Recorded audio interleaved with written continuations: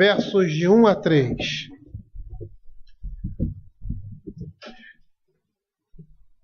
Nós estamos nesse período interbíblico entre a exposição de Apocalipse e o início da exposição de Hebreus, falando sobre alguns temas sobre família, toca a questão familiar. Nós pregamos sobre o Salmo 128, falamos sobre Efésios capítulo 5, verso 22, e agora, seguindo a sequência aqui de Efésios, nós vamos inicialmente expor esses 4 versos, inicialmente os 3 primeiros. Efésios capítulo 6, versos de 1 a 3, e posteriormente Efésios capítulo 6, verso 4. Diz assim a palavra do Senhor: Filhos, obedecei a vossos pais no Senhor, pois isso é justo. Honra teu pai e a tua mãe, que é o primeiro mandamento com promessa, para que te vá bem e sejas de longa vida sobre a terra.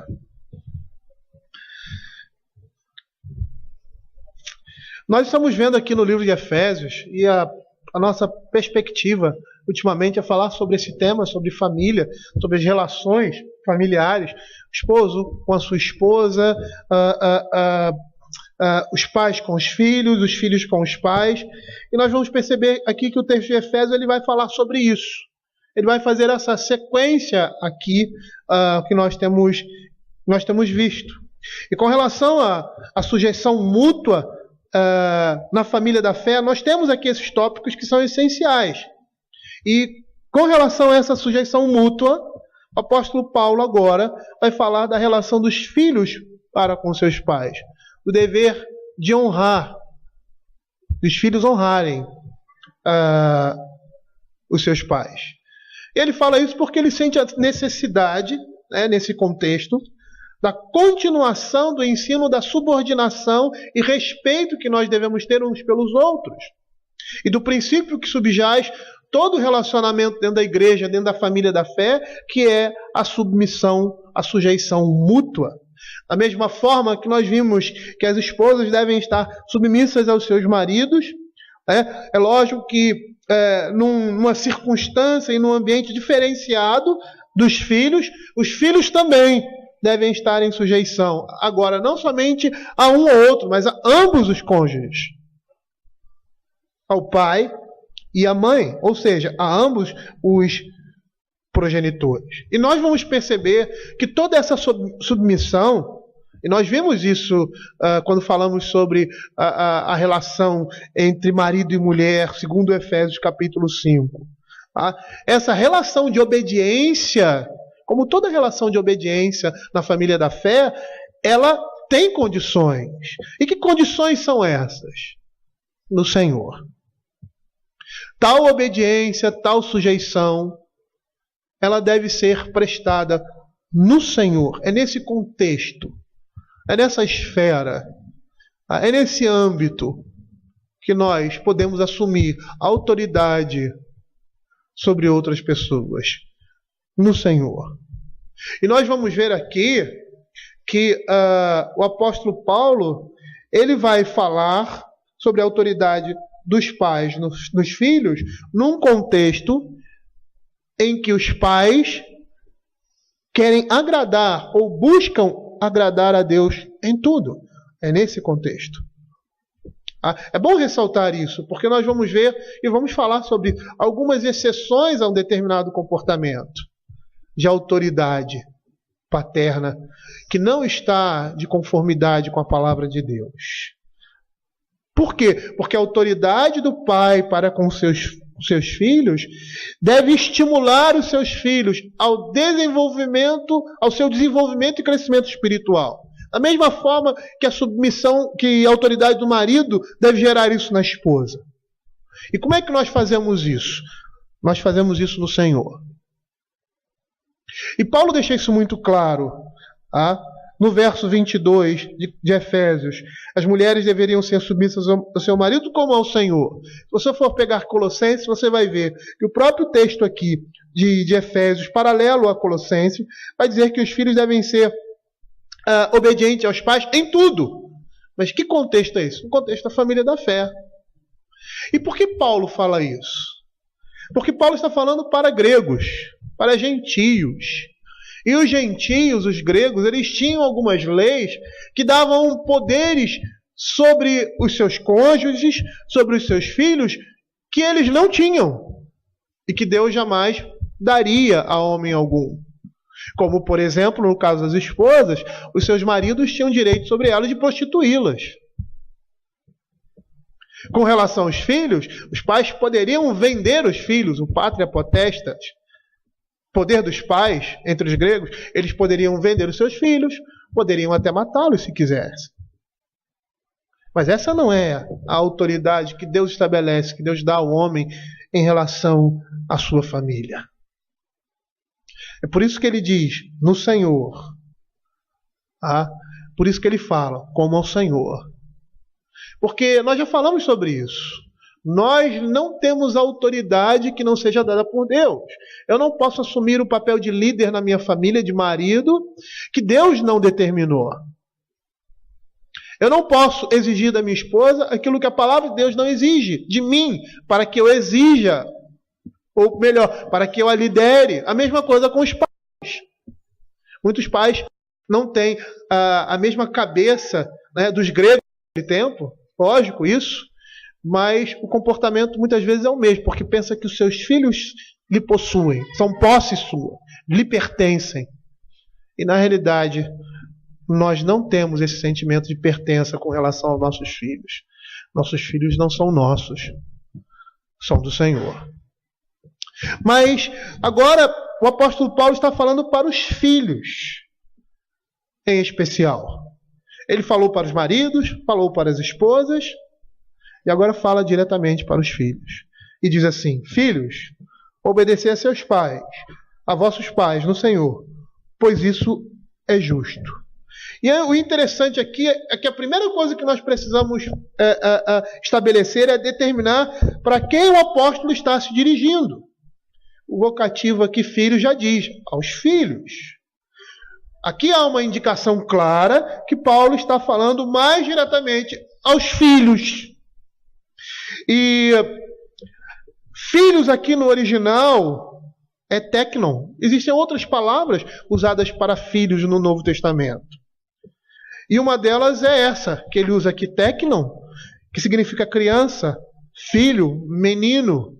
E essa palavra, ela se refere tanto à criança que ainda não nasceu, quanto ao filho mais velho. Mas essa palavra tem um sentido também afetivo. Ela dá a ideia de uma relação que se estabelece entre a criança e os seus pais, essa relação afetiva, emocional. E também tem a ideia de alguém que depende de outro, ou seja, que é dependente dele. E aí é interessante juntar tudo isso e entender que a extensão desse vocábulo é enorme. Por quê? Porque aqui ele não está só se referindo a crianças, quando ele diz teknon, filhos, mas jovens e adultos que estão debaixo da dependência dos seus pais.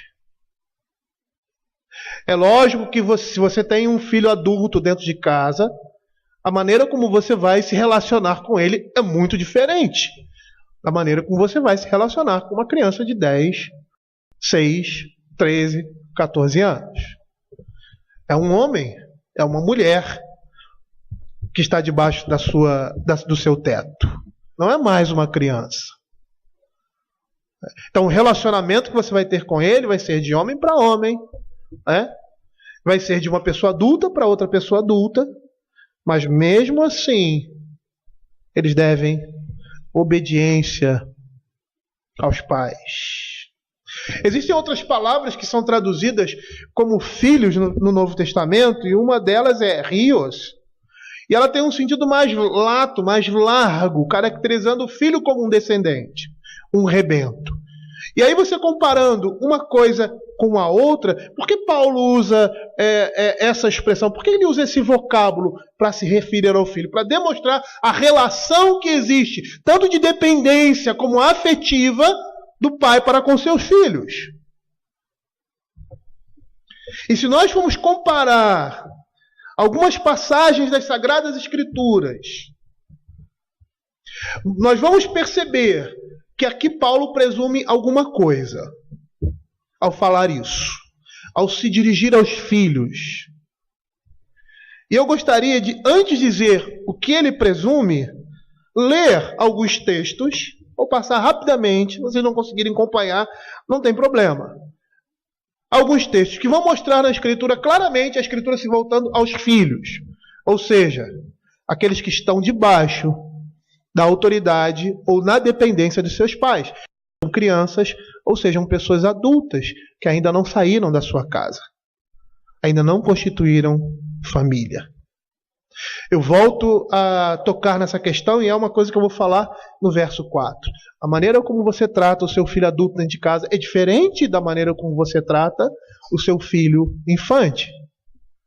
O filho adulto presume-se que já está pronto, que já foi formado. Então você vai somente aparar as arestas que ainda permanecem. Você vai tratá-lo como homem, como uma mulher, vai respeitá-lo como indivíduo. Em princípio, isso já deve começar desde cedo. Quando a criança é mais infante possível, mais pequenininho lá, você já deve tratá-lo desse jeito. Olhar para ele e não ver ele como um apêndice seu, como alguma coisa que lhe pertence, mas como um irmão em Cristo, como um filho de Deus. Mas, comparando esses textos das Escrituras com o que o apóstolo está falando aqui, ou seja, para quem ele está direcionando, nós vamos presumir algumas coisas interessantes que implicitamente nós podemos retirar da Escritura e aplicar na nossa vida. Esse é o princípio usado na nossa confissão de fé. A nossa confissão de fé e os nossos documentos, que tem como sustentação a palavra de Deus, eles tiram conclusões de textos que você tirar claramente, ou que você pode, por implicação, tirar uma conclusão dele. E nós vamos ver essa conclusão aqui, que Paulo presume ao chamar a atenção dos filhos, ou seja, aquelas crianças até aquelas pessoas mais adultas que estão debaixo da tutela dos seus pais. Em Êxodo capítulo 20, verso 12, nós vemos a palavra de Deus se dirigindo aos filhos. Honra teu pai e tua mãe, para que se prolongue os teus dias na terra que o Senhor Deus te dá. Em Levíticos, capítulo 20, verso 9, vou correr um pouquinho. Diz assim: se um homem amaldiçoar a seu pai ou sua mãe, será morto. Amaldiçoa o seu pai ou sua mãe, o seu sangue cairá sobre ele. Filho meu, Provérbios 1:8, ouve o ensino de teu pai e não deixe a instrução de tua mãe. Nós estamos particularmente afeiçoados a esse texto. Nós estamos estudando o livro de Provérbios. Provérbios capítulo 6, verso 20. Filho meu, guarda o mandamento do teu pai e não deixe a instrução de tua mãe. Mateus capítulo 15, verso 4 e 6, que diz assim: o filho honra o pai e o servo ao seu senhor. Se eu sou pai, onde está a minha honra? E se eu sou senhor, onde está o respeito para comigo? Não, desculpa, esse é um outro texto. Mateus capítulo 15, verso 4. Mateus capítulo 15, 4 e 6. Porque Deus ordenou: honra teu pai e a tua mãe, e quem maldisser a seu pai e a sua mãe seja punido de morte. Mas vós dizeis: se alguém disser a seu pai ou sua mãe, é oferta ao Senhor aquilo que podereis aproveitar de mim, esse jamais honrará seu pai e sua mãe. E Colossenses capítulo 3, verso 20. Filhos, em tudo obedecei a vossos pais, pois fazê-lo é grato diante do Senhor. Percebam que todos esses textos do Velho Testamento e do Novo Testamento, eles estão focando, eles estão chamando a atenção de quem? Dos filhos. E que filhos são esses? Nós já dissemos. São aqueles que, dos mais infantes até os mais adultos, que estão debaixo da dependência dos seus progenitores. Então, Paulo, ao transmitir, ao chamar, e o vocativo significa isso, ao chamar esses filhos para prestarem atenção e direcionarem uma ordem para eles, Paulo está presumindo que entre aqueles que vão ouvir a mensagem do Evangelho estejam as crianças e os jovens. Por quê? Porque eles integram o povo da aliança. Paulo está falando para crianças, bem como para pessoas adultas que estão na mesma condição. E que condição é essa? Dependentes de seus pais. E aí, por implicação, eu gostaria de ler o que William Hendricks comenta a respeito dessa relação dos textos do Velho Testamento, que falam sobre filhos e que se direcionam para eles, são ordenamentos para os filhos da aliança. E aí filhos no sentido mais técnico possível, né? Ou melhor, no sentido mais simples possível. Os filhos daqueles pais que fazem parte da aliança, da família da fé. Crianças, jovens, adolescentes, pessoas adultas que estão debaixo ainda da tutela dos seus pais.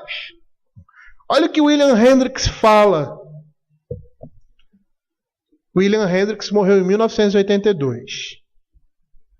Ele diz assim: se Paulo estivesse conosco hoje, sem dúvida, ficaria estupefato ante o espetáculo de crianças que assistem à escola dominical e logo depois vão embora, sem se importarem com o culto de adoração que vem em seguida. Ele tem uma mensagem direta e especialmente dirigida às crianças. A implicação é evidente, ou seja, que também os sermões de hoje devem ser de tal natureza que mesmo as crianças devem entendê-los e receber deles alegria, ao menos em certo grau, segundo a sua idade. E em certas ocasiões, o pastor deve dirigir a sua atenção a elas. Então, muitas vezes nós como igreja, nossos filhos, Flávia, Gianluca, Giancarlo, quem mais aí que nós temos como adolescente? Jonatas, Emily, Milena, mais a mais nova. A mais velha também, mas se encaixa nessa realidade aqui que eu vou dizer. A palavra de Deus é para vocês. É para vocês também. É para vocês escutarem. E não se, vamos dizer assim, se esconderem atrás da sua infância, porque Deus não leva isso em conta. Eu não sei qual é a idade da razão. Eu não sei. Provavelmente não seja 1 ano.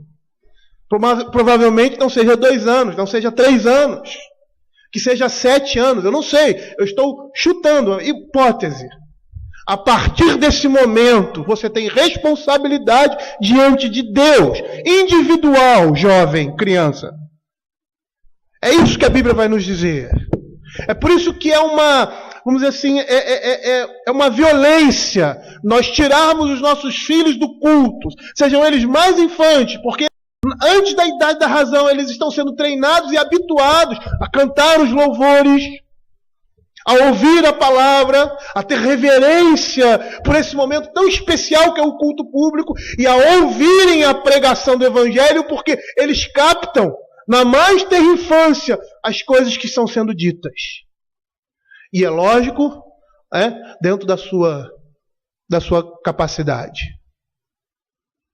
Mas os nossos filhos não são bobos, não são lerdos. E nós precisamos entender isso. Porque no culto, Deus está ministrando o coração dessas crianças. Ou nós não cremos no poder da palavra de Deus? Não cremos que a palavra de Deus tem alcance na vida do Samuelzinho, que muitas vezes está dando trabalho para os seus pais, como todas as crianças da idade dele, mas que está ouvindo, que está aprendendo, como outras crianças aqui, como a Rafinha, a se comportar no culto, a orar, a ouvir a palavra de Deus. De vez em quando você escuta um amém, ou alguma coisa semelhante das crianças. Por quê? Porque eles estão aprendendo. A palavra de Deus está tendo aplicação na vida deles. E eu gostaria de pedir uma coisa à igreja. Hoje de manhã eu fiz um pedido, né? Eu disse que nós vamos ter uma eleição aí para 5 anos. Eu não sei se eu vou ser eleito. Mas o meu desejo é ficar na igreja o tempo que o Senhor permitir. Mas vamos dizer que daqui a 10 anos eu não esteja aqui. Daqui a 15 anos eu não esteja aqui. Daqui a 10 anos os presbíteros não estejam aqui. Daqui a 15 anos a liderança que nós temos hoje na igreja seja diferente. Os membros que nós temos aqui sejam outros. A semente deve ficar plantada. E a igreja precisa entender aquilo que Deus quer na vida dela. Como nós devemos cultuar, o que nós devemos fazer, quais são as nossas prioridades como família da fé, como crente, como comunidade cultica. Não é só o pastor que deve saber isso. A igreja precisa conhecer tanto quanto, e às vezes até mais do que ele.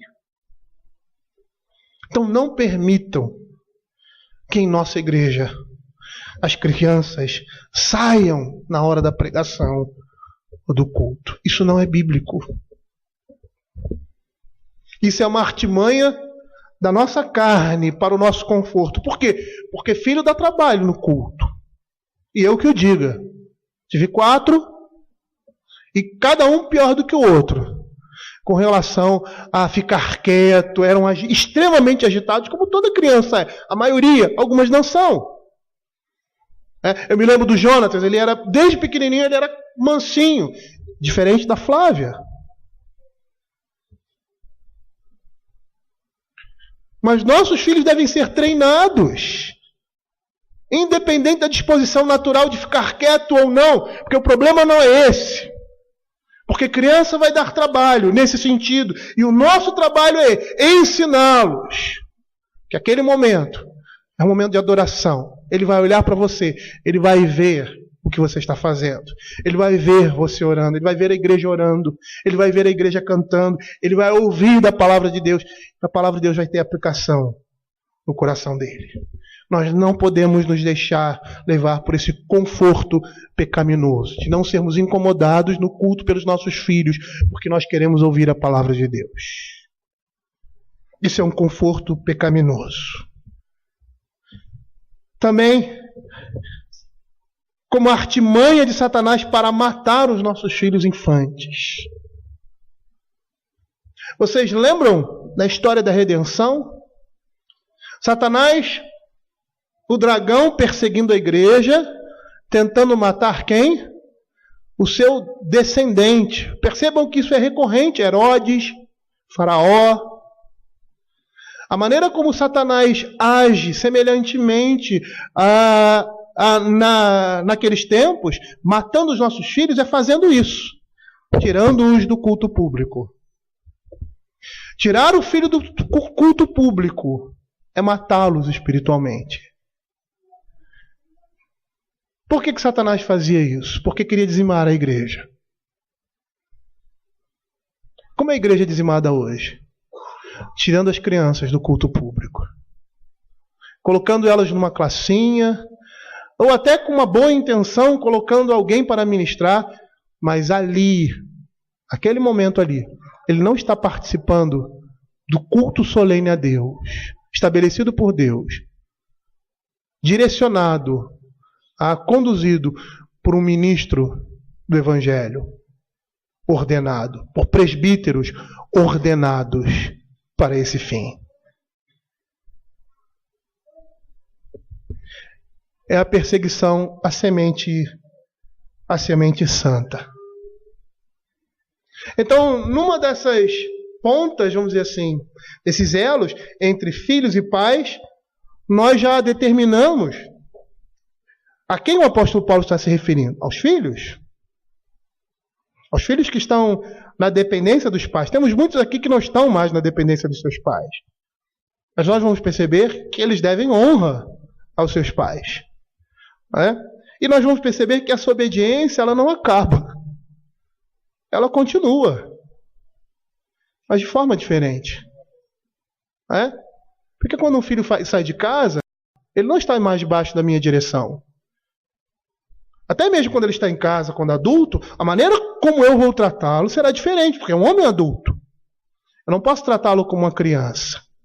Mas ele vai ter que seguir as regras da casa. Por quê? Porque ele está debaixo da sua autoridade. É lógico que você, como pai, não vai tratá-lo como uma criança. Vai tratá-lo como um homem. Mas esse homem também vai respeitar os hábitos e a estrutura daquele lar. Porque ele ainda faz parte dele. Por mais que seja um homem adulto. E aí quando ele sai? Quando ele sai, ele perde essa obediência ao pai? Sim e não.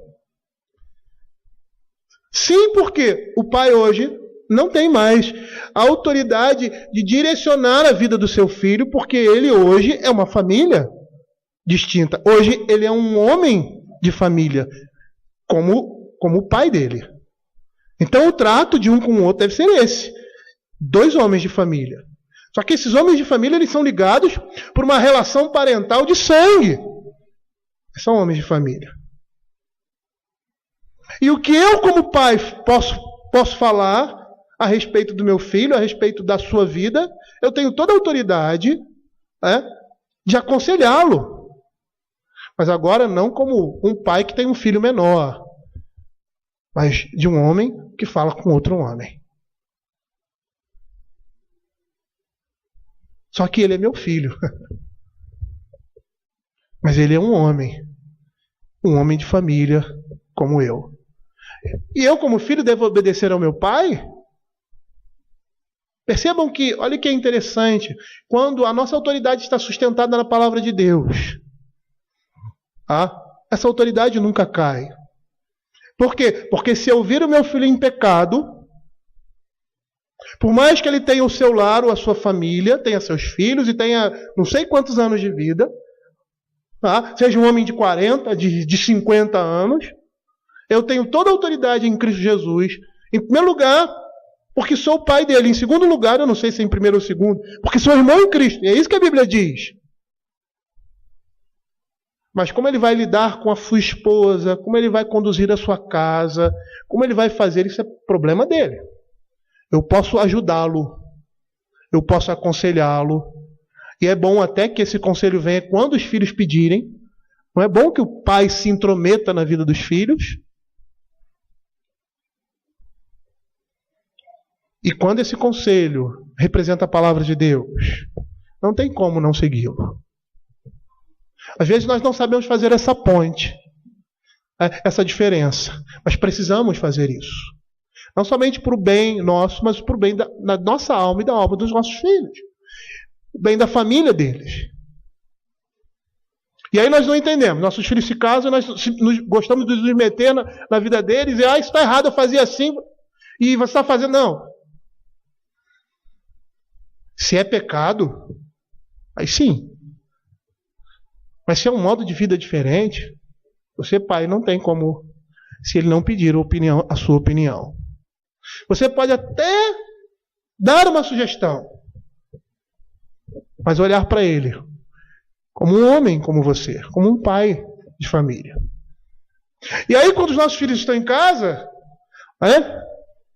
nós deixamos eles fazerem o que eles querem. A gente inverte essa realidade.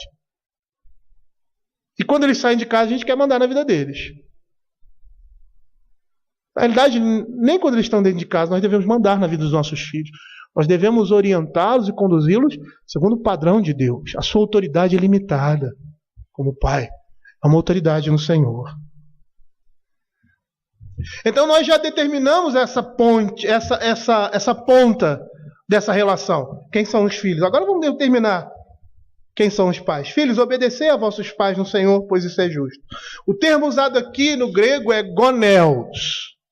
Goneos é um termo no grego que significa tanto o pai quanto a mãe. Ou seja, os progenitores, o pai e a mãe. Então, a palavra de Deus está dizendo que os filhos devem obedecer ao pai e à mãe igualmente. Ou seja, o pai e a mãe têm a mesma autoridade sobre os seus filhos. Isso é uma outra coisa interessante. Por quê? Porque muitos de nós pensamos que os nossos maridos têm mais autoridade do que nós e agimos com relação aos nossos filhos e agimos dessa forma. Ou vice-versa. Os nossos filhos devem olhar para nós, pai e mãe. Apesar do pai ser o cabeça da família e a esposa estar debaixo da sua direção, com a mesma autoridade. A mãe não manda mais do que o pai, nem o pai manda mais do que a mãe com relação aos filhos. Os dois são instrumentos de Deus para instrução e direção na vida de seus filhos. E aí ele diz: obedecei. É interessante que no verso 2 o apóstolo Paulo vai sustentar, ele vai fundamentar essa ordem. Ele vai dizer assim: filhos, obedecei a vossos pais do Senhor, pois isso é justo. Ele vai dizer: essa ordem que eu estou dando aqui está fundamentada no mandamento, no 5º mandamento: honra teu pai e a tua mãe. Ela está fundamentada na palavra de Deus. Ou seja, é como se Paulo estivesse dizendo: a forma como os filhos honram seus pais é por meio da obediência, porque é isso que mais se exige de alguém que está debaixo da autoridade de uma outra pessoa. Os filhos honram os pais, obedecendo a eles em tudo. Colossenses capítulo 3, verso 20, abram aí.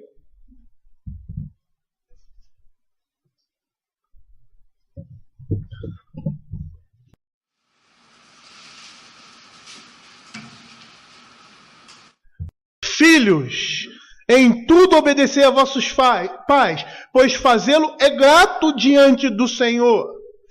Quer dizer, não existe restrições para a obediência do filho. Quando o objetivo dos pais é agradar e fazer a vontade de Deus. Mesmo porque nós vamos perceber que Paulo, com as suas palavras, vai fazer uma crítica ao comportamento daquela sociedade. Que achava que os pais, que achava que os esposos tinham autoridade tal que poderiam até matar. Que teriam poder sobre a vida dos seus filhos, ou do seu esposo, mas aqui no caso, dos seus filhos. Ele, com essas palavras, ele vai dizer não. Não. É no Senhor. Meu filho não está debaixo do meu poder. Eu não posso fazer o que eu quero com ele.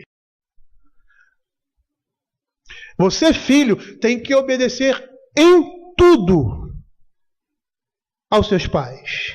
Pois isso é agradável, isso é bom, isso é grato diante de Deus. Ou como Paulo fala em Efésios, é justo, representa a justiça de Deus. A obediência vai ser a evidência daquela honra que os filhos devem aos pais. E essa obediência, ela é fruto, ou seja, ela deve fluir não só de um sentimento de amor, de gratidão e de estima pelos pais, mas acima de tudo, do temor a Deus, porque é isso que vai permear todo o nosso comportamento cristão, o temor do Senhor. A reverência, a obediência ao Senhor em primeiro lugar.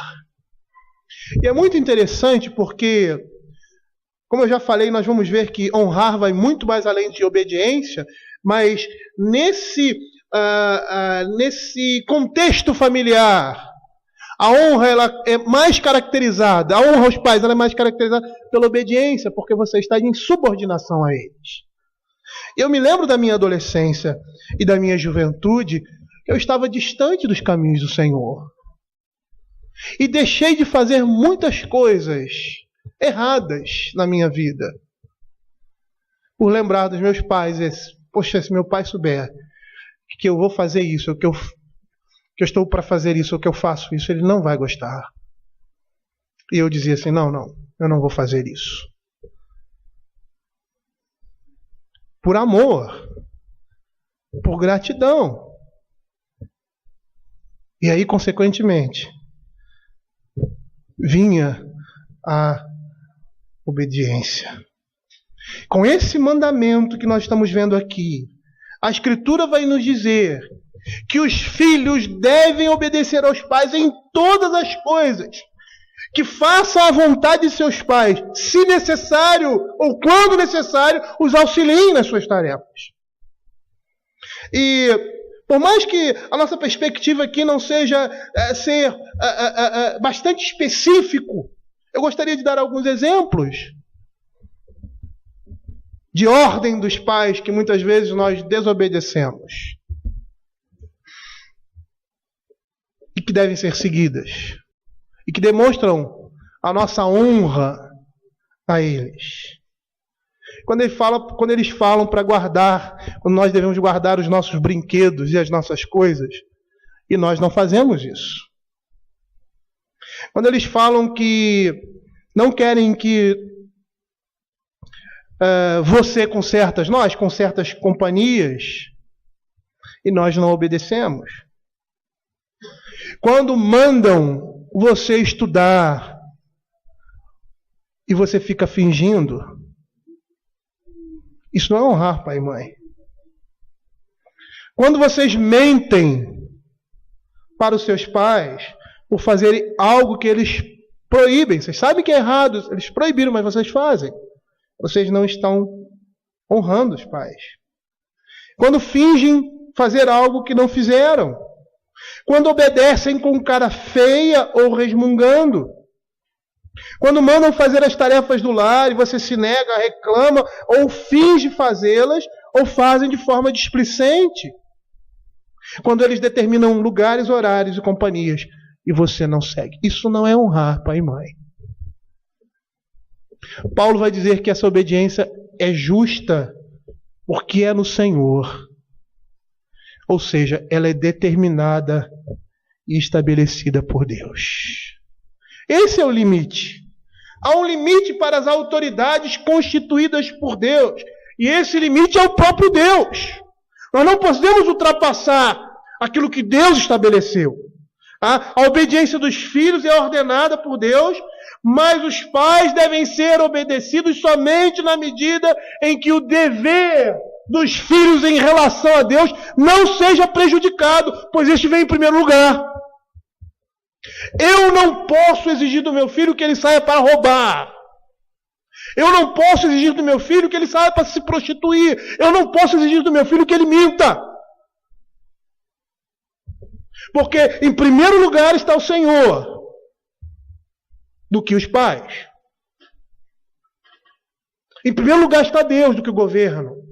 Em primeiro lugar está o Senhor do que os nossos maridos.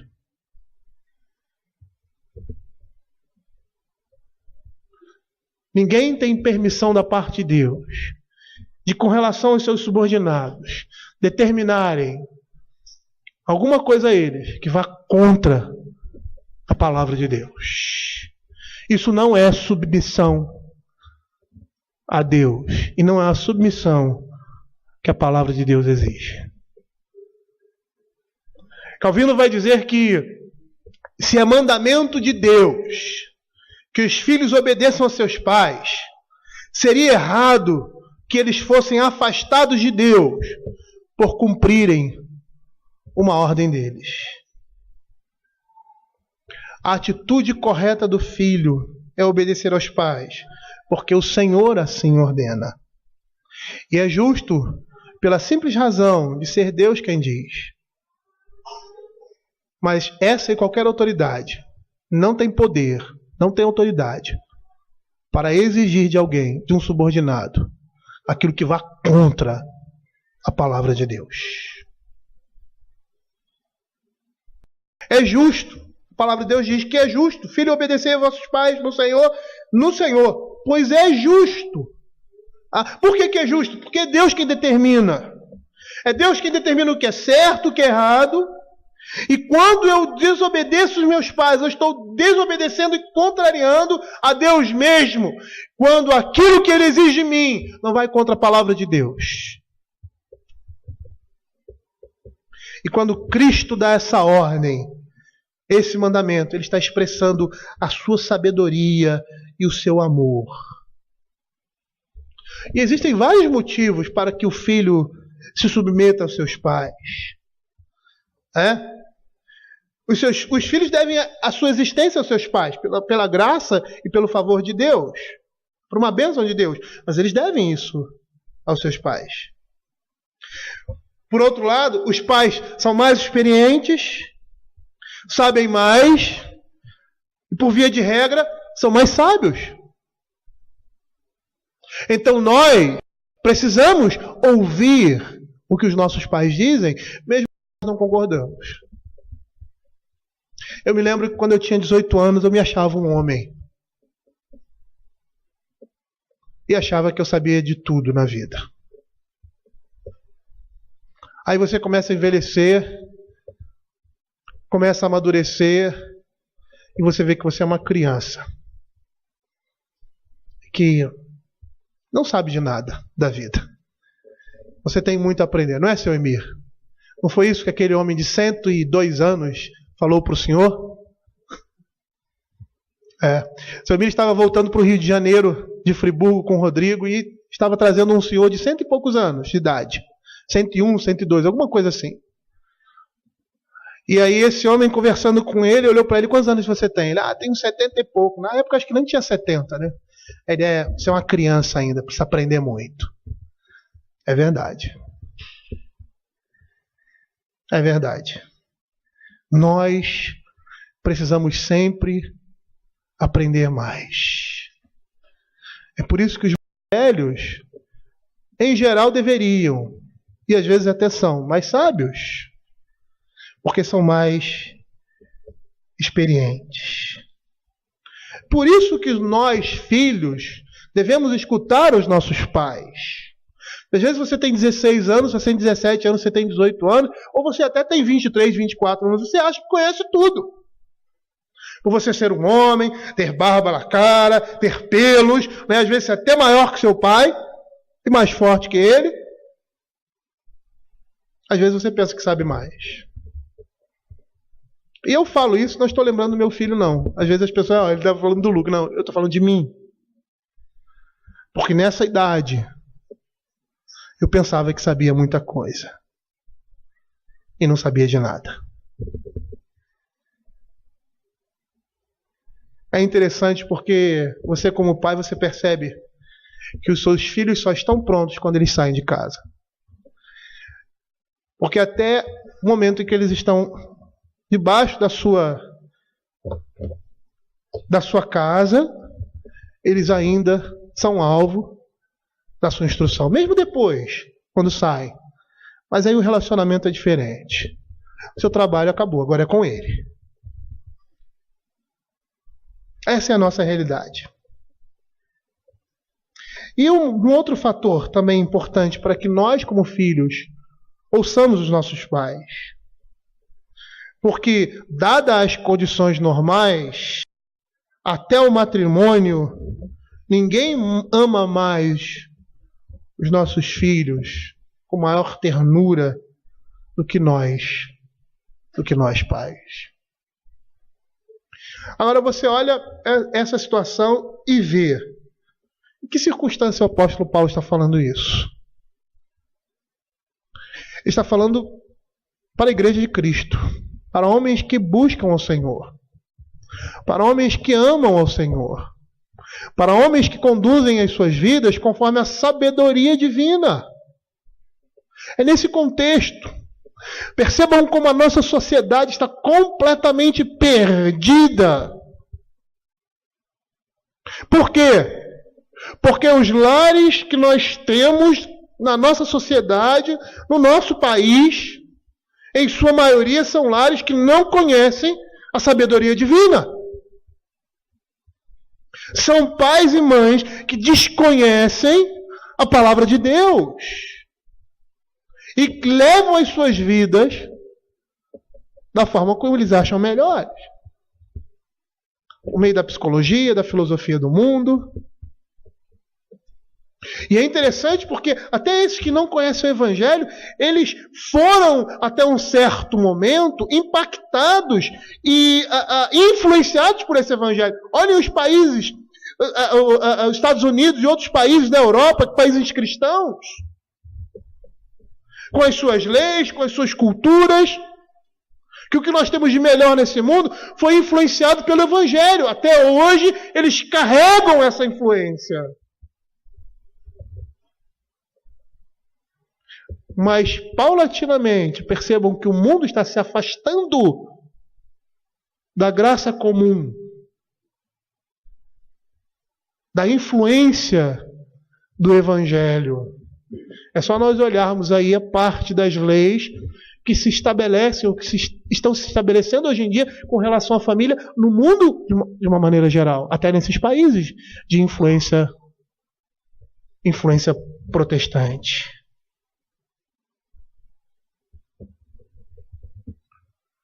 Mas o princípio aqui permanece. Os nossos pais são mais experientes, sabem mais, são mais sábios do que nós, porque viveram mais. Mas principalmente porque esses pais aqui, a quem a palavra está sendo dirigida de uma forma indireta, porque ele está falando para os filhos, eram homens que temiam o Senhor e buscavam constantemente a vontade de Deus na sua vida e na vida da sua família, nas Sagradas Escrituras. O verso 2 mostra esse fundamento. Honra teu pai e tua mãe. Esse é o fundamento para a obediência aos pais. E esse fundamento está nos 10 mandamentos. E nós precisamos entender que esse preceito de honrar pai e mãe compreende todos os deveres e afetos pelos quais a afeição sincera e o respeito dos filhos aos seus pais podem ser expressos. Nós vamos perceber que a honra vai ser consequência do amor que eu dedico a eles, ou seja, a minha obediência vai demonstrar que eu amo meu pai. A minha obediência vai demonstrar que eu honro, que eu tenho afeição por ele. E por mais que eu não concorde com o que ele diga, eu vou seguir a sua orientação. E é interessante que essa é a mesma relação que nós temos com Deus, né? Em João, capítulo 14, verso 21, diz: aquele que tem os meus mandamentos e os guarda, esse é o quê? Obediência. 1 João 1, 5, também vai dizer a mesma coisa. Em outras palavras, ele vai dizer assim. Ou seja, 1 João 2, 5, aquele, entretanto, que guarda a sua palavra, nele verdadeiramente tem sido aperfeiçoado o amor de Deus. Nisso sabemos que estamos nele. Ou seja, o sinônimo de amor é obediência. Eu posso dizer que amo uma pessoa quando obedeço essa pessoa que está num nível de autoridade. Paulo aqui está direcionando a honra, a obediência, mas nós percebemos que honrar é mais do que obedecer, principalmente se estamos lidando com um aspecto externo da obediência. Percebemos que, ao dizer que os filhos devem honrar os pais, honra teu pai e a tua mãe, e esse é o mandamento, isso aponta para uma atitude interna do coração dos filhos. E aí ele entra na segunda tábua, amar ao próximo como a si mesmo. Quando nós honramos os nossos pais, nós estamos amando o nosso próximo como a nós mesmos. Por quê? Porque toda obediência egoísta, toda obediência relutante ou sob o terror, ela deve ser descartada nesse caso. Isso não é obediência. Honrar significa amar, acatar de forma muito elevada, mostrar um espírito de respeito e consideração. E é bom nós citarmos que aqueles filhos mais adultos que têm vergonha de seus pais por terem menos estudos que ele, por serem feios, ou seja, por terem um defeito físico, eles estão honrando seus pais. Aqueles filhos que se envergonham dos pais estão desonrando seus pais. Isso não é honra. E se os nossos pais são menos capazes intelectualmente, por causa de sua formação precária ou qualquer outra coisa, isso devia gerar em nós mais honra. Porque se eu estou num patamar acima dele, eu devo isso ao seu trabalho e à sua dedicação. Não é honra aqueles filhos que vivem corrigindo seus pais em público, com ironia ou fazendo piada. Eu não estou dizendo isso de brincadeiras porque eu brinco com os meus filhos, eu dou essa liberdade a eles. Eles brincam comigo também. Mas eu não estou falando disso. Eu estou falando daqueles filhos que fazem piadinha dos seus pais e que ironizam, rebaixando-os, ou desprezando, ou humilhando o seu comportamento, as suas atitudes. Isso não é honrar os pais. Ou filhos que tratam seus pais como se fosse um colega de colégio ou um igual. Eu sempre falava isso para os meus filhos. Olha como você fala comigo. Eu não sou seu coleguinha da escola. Eu sou seu amigo, mas sou seu pai.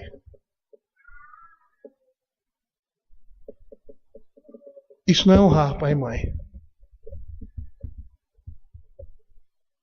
Nós devemos olhar para os nossos pais e ter tremenda afeição por eles.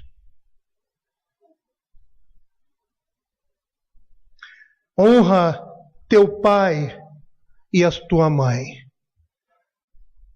E aí a honra devida deve ser mostrada a ambos da mesma forma. Porque eles têm a mesma autoridade diante de Deus para com os filhos. E aí ele diz que esse é o primeiro mandamento com promessa, para que te vá bem e sejas de longa vida sobre a terra. Segundo Calvino, as promessas anexadas ao mandamento se destinam a atrair-nos para que pudéssemos obedecer com mais disposição ao mandamento. Aquilo que chamasse a nossa atenção pelos frutos que aquilo ia produzir na nossa vida.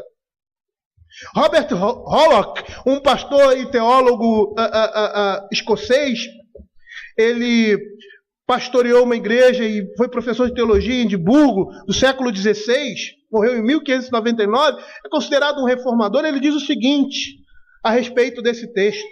Ele diz assim: Paulo nos leva a obedecer porque esta é a coisa certa a se fazer. E depois nos incentiva com uma promessa. Portanto, somos incentivados a ouvir nossos pais porque isso é certo em si mesmo.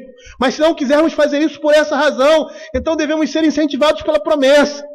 Se estivermos indispostos a ouvir até mesmo a promessa, sofreremos as consequências mencionadas em Êxodo 21:17, que diz: quem amaldiçoar seu pai ou sua mãe será morto. E ele diz que essa promessa é para que te vá bem e seja de longa vida sobre a terra. Nós vamos perceber que esse mandamento é de uma extraordinária importância. Tanto que em Levíticos capítulo 19, abram aí Levíticos capítulo 19, verso 1. A lista dos mandamentos postos sobre aquele título geral da santidade de Deus inicia-se precisamente com esse mandamento. Diz assim: disse o Senhor a Moisés, fala a toda a congregação dos filhos de Israel e diz-lhes: santos sereis, porque eu, o Senhor, vosso Deus, sou santo. Cada um respeitará a sua mãe e ao seu pai. E por que de sua importância? Levíticos capítulo 19. E por que de sua importância? Porque ao obedecermos este mandamento, nós teremos uma vida prolongada e abençoada na terra. E aí nós vamos entender por isso. Por que isso? Por quê? Porque na realidade os pais representam toda a autoridade que se estabelece na vida de uma pessoa. Tanto a autoridade de Deus, porque os nossos pais representam Deus na nossa vida, como na sociedade. Como as nossas autoridades deveriam representar nas suas funções a Deus. Como governante, provendo o bem público e não o bem próprio. Na igreja, trazendo a palavra de Deus e exercendo a ação de Deus na vida dos crentes, instruindo, aconselhando, amando, cuidando, zelando pela alma deles. Isso tudo começa na família. É na família que nós temos a primeira imagem do Criador. É a primeira revelação natural que nós temos ao nascer de Deus, os pais. Porque nós sabemos que a verdadeira paternidade e a verdadeira maternidade, elas existem em Deus. Esse sentimento, esse dom natural que todos nós temos, paterno e materno, isso vem de Deus. Lembram-se? Quando Deus nos criou, Ele nos criou de quê? Do pó, do barro. Barro não tem vida. E Ele soprou nas nossas narinas fôlego de vida e transmitiu aquilo que era dele, que Ele poderia transmitir, os atributos comunicáveis de Deus. Hoje você vive e respira porque Deus é o sopro da sua vida. Porque você tem dentro dele o sopro divino de vida. E você exala esse sopro nas suas funções e nas suas atividades. Aquilo que você faz quando o homem cria, ele está apontando para o Criador, porque o Senhor é aquele Criador de todas as coisas. Ele criou todas as coisas do nada. Quando ele age com a sua inteligência, ele está apontando para o Criador, porque é o Senhor que usou toda a sua sabedoria para criar e forjar e formar todas as coisas. Quando ele age como pai, ele está demonstrando, quando ela age como mãe, ele está demonstrando um caráter divino de Deus. Porque o nosso verdadeiro pai não é esse que está aí do seu lado. Para aqueles filhos que estão do lado dos seus pais. O nosso verdadeiro pai não é aquele que nós deixamos lá nas nossas casas. As nossas verdadeiras mães não são essas que estão do nosso lado. O nosso verdadeiro pai é Deus. A paternidade de Deus foi dividida entre homem e mulher. E aquilo que você chama de paternidade e maternidade, juntamente representam a paternidade de Deus. É verdade que a obediência aos pais e a desobediência não será o único fator que vai determinar a extensão da vida de uma pessoa. Porém, é um fator importante, é uma promessa que está anexada aqui. Por quê? Porque uma vida indisciplinada, uma vida desobediente aos pais, vai indicar uma vida indisciplinada, ou seja, né? Vai indicar que aquele jovem, que aquela criança, que aquele adulto que era desobediente aos pais, e que por isso, por causa dessa desobediência, ele vive uma vida indisciplinada, vai indicar que ele vai andar no caminho do vício e no desregramento. E essas coisas encurtam a vida do indivíduo. Eu queria dar um exemplo aqui muito simples, até mesmo um pouco banal. Que todas as vezes nossos pais dizem assim: está na hora de dormir, são 10 horas, são 9 horas, vamos para a cama. Pai, deixa eu ver um pouquinho mais. Para a cama agora. Por que seu pai faz isso? Porque ele é mau.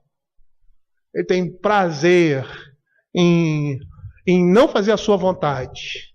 Só mais um pouquinho. Às vezes ele até deixa, mas isso não é o normal. Às vezes a gente faz as coisas sem saber. Mas a melhor coisa para o jovem que está em formação é acordar cedo e dormir cedo. Aí tem aquele jovem, né?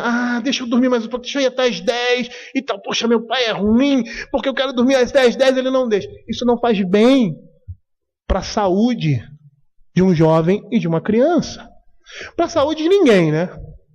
Mas para você chegar na idade adulta e às vezes viver uma vida dessa, por causa de trabalho ou de qualquer outra coisa, você primeiro deveria ter passado por uma disciplina.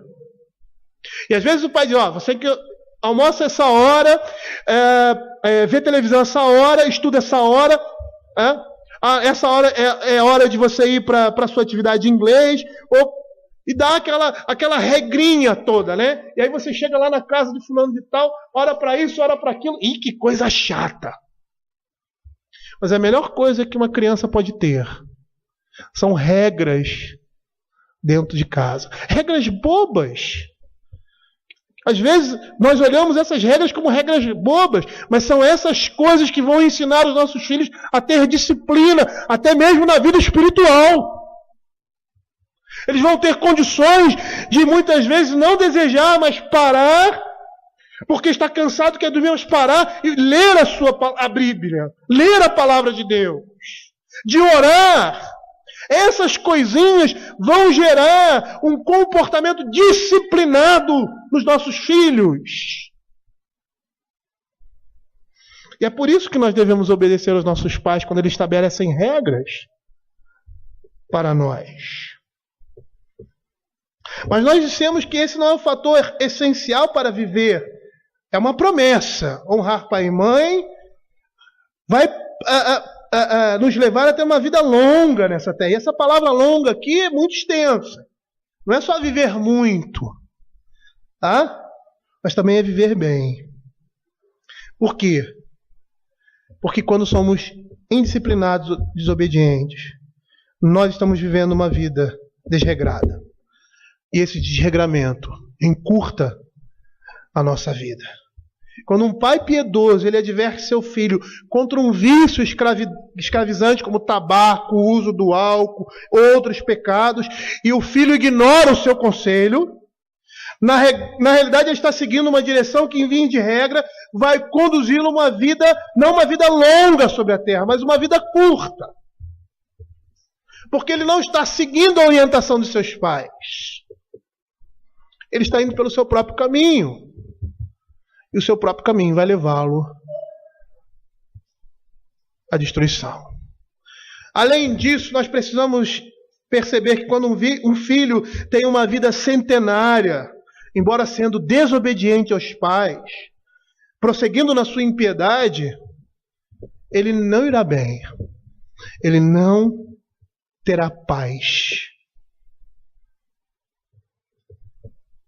E por mais que os mais velhos assimilem isso de uma forma mais fácil, eu quero falar para vocês mais jovens. Gianluca, Jonatas, Flávia, Emily, Milena e a todos vocês. Júlia, a todos vocês. Mas principalmente a esses mais novos. Esses pré-adolescentes, filhos indisciplinados, são sinônimo de ruína para uma nação, para uma igreja e para uma sociedade. E quando nós entendemos que esse mandamento ele é expandido para todos os âmbitos da sociedade, nós conseguimos perceber isso mais claro, porque se os nossos filhos não obedecem, eles não vão obedecer à polícia, eles não vão obedecer o juiz, eles não vão obedecer os seus patrões. A palavra patrão vem de pai. E por mais que vivam muito esse mundo, vão viver em desgraça. Porque estão quebrando esse mandamento. Eu gostaria de terminar essa pregação. E eu gostaria que os mais jovens escutassem isso. Tá? É porque geralmente os mais jovens são mais dispersos. E os mais adolescentes às vezes são mais dispersos. Isso é uma coisa da idade. Não é? Prestem atenção o que o Catecismo Maior fala com relação a esse mandamento. Pergunta 124. O que significam as palavras pai e mãe no quinto mandamento? As palavras pai e mãe no quinto mandamento significam não apenas os pais naturais, mas todos os superiores em idades e dons, e especialmente todos aqueles que, por ordenança de Deus, têm autoridade sobre nós, seja na família, na igreja ou no Estado. Por que os superiores são chamados de pai e mãe? Os superiores são chamados de pai e mãe, tanto para lhes ensinar a respeito de todos os seus deveres para com os seus inferiores, demonstrando-lhes como pais naturais, amor e gentileza conforme as suas diversas relações, quanto para operar nos inferiores maior disposição e alegria no cumprimento de suas obrigações para com seus superiores, como a seus próprios pais. Qual é o alcance geral do quinto mandamento? O alcance geral do quinto mandamento é o cumprimento das obrigações que mutuamente devemos uns aos outros em nossas mais diversas relações, seja como inferiores, superiores ou iguais. Que honra devem prestar os inferiores aos seus superiores? A honra que os inferiores devem prestar aos seus superiores é toda a reverência que se deve a eles de coração, em palavras, atitudes, a oração e a ação de graças por eles, a imitação das suas virtudes e graças, a obediência voluntária às suas ordens e conselhos legítimos, a devida submissão às suas correções, a fidelidade, a defesa e a manutenção de suas pessoas e autoridade, conforme os seus vários escalões e a natureza dos seus postos, suportar as suas falhas e encobri-las com amor, sendo uma honra para eles e para os seus governos. Pergunta 128. Quais são os pecados dos inferiores contra os seus superiores? Os pecados dos inferiores contra os seus superiores são toda a negligência dos deveres para com eles, a inveja, o desrespeito e a rebelião contra essas pessoas e suas posições, em seus legítimos conselhos, mandamentos e correções, o amaldiçoar, o escarnecer e toda conduta insubmissa, escandalosa, que resulte em vergonha ou desonra para eles e para o seu governo. Eles entenderam a complexidade do que isso significa? Filhos, a promessa de Deus de recompensar a obediência ainda está em vigor. E o que nós temos aqui na Escritura a respeito dessa prática, da sujeição mútua, é que a gloriosa renovação de vida, ela deve ser experimentada por todos. Pais, filhos, esposas, esposos, patrões e empregados. Nós devemos demonstrar em todas as nossas relações o temor do Senhor. Uma mudança, uma conversão em nossas vidas. Vamos orar.